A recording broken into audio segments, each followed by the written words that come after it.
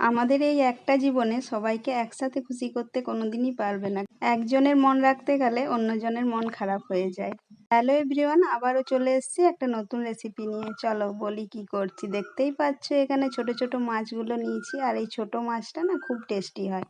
এর আগের দিন অল্প একটু নিয়েছিলাম বলে মেয়ে বলল যে মা পরের দিন আবার নেবে, তো এই মাছটা খুব ভালো লাগছে। তো দেখো আজকেই সকাল সকাল মাছটা নিয়ে আর আমি না সব কাজ ছেড়ে পরে তারপরে ওই মাছগুলো ভালো করে পরিষ্কার করে ধুয়ে নিলাম। এই মাছগুলো ধুতে একটু টাইম লাগে, আর যেহেতু একটা একটা করে ধুতে হয় তো মাছটা, তাই জন্য দেখো নুন হলুদ মাখিয়ে এখানে ভালো করে ভেজে নিয়েছি খরা খরা করে। তারপরে মশলাতে দিয়েছিলাম সর্ষে, রসুন আর লঙ্কা, সাথে টমেটো।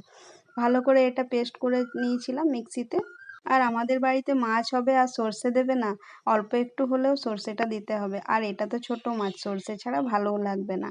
তো দেখো এখন আমি পেঁয়াজগুলো ভালো করে ভেজে নিয়েছি, আর একটু বেশি করেই পেঁয়াজ দিয়েছি।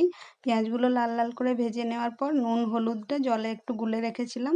এমনিতে সর্ষে বাটা দিলে বেশি একটা ভাজি না, তবে এটাতে রসুন দেওয়া আছে তো একটু না ভাজলেও গন্ধটা উঠবে, তাই জন্য। আর তারপর দিয়ে দিয়েছিলাম একটু চিনি, আর এটা একদম টেস্টের জন্য দিয়েছি, কারণ নুন মিষ্টিটা বজায় থাকে তার জন্য। আর আর আমার মেয়েকে দেখেছি কোনো সবজিতে একটু হালকা মিষ্টি মিষ্টি থাকলে ওর খুব ভালো লাগে।